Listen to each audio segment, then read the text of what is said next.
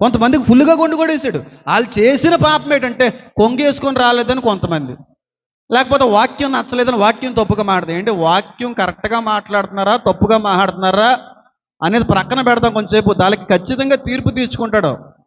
వాళ్ళకి దేవుడు తీర్పు తీరుస్తాడు. వాళ్ళకి తెలుసు 2 తీర్పులు ఉన్నాయి సావుకులకి అని చెప్పి. నువ్వెవడో నాకు తెలియక అడుగుతాను. ఏమండి ఒక మాట అడుగుతున్నాను, యేసుక్రీస్తు ప్రభు వారికి తెలియదండి యోధ వ్యతిరేక అయిపోతాడని? యేసుక్రీస్తు ప్రభు వారికి తెలియదా 12 మందిలో ఒక దొంగ యోధాయ ఉన్నాడని? ఎప్పుడైనా యేసుక్రీస్తు ప్రభు యోధాను బయటికి తీయడానికి ప్రయత్నించాడా? అందరి ముందు విమర్శించడానికి ప్రయత్నించాడా? అందరి ముందు కూడా ఖండించి, ఒరే నువ్వు పాపాత్ముడురా దొంగోడురా అని అనలేదు. ఎందుకో తెలుసా?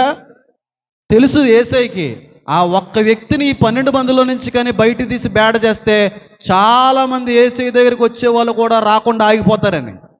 నా బిడ్డల మధ్యన ఇలాంటి వ్యక్తులు ఉన్నారంటే ఇంకెక్కడ మంచి ఉంటుందని చెప్పి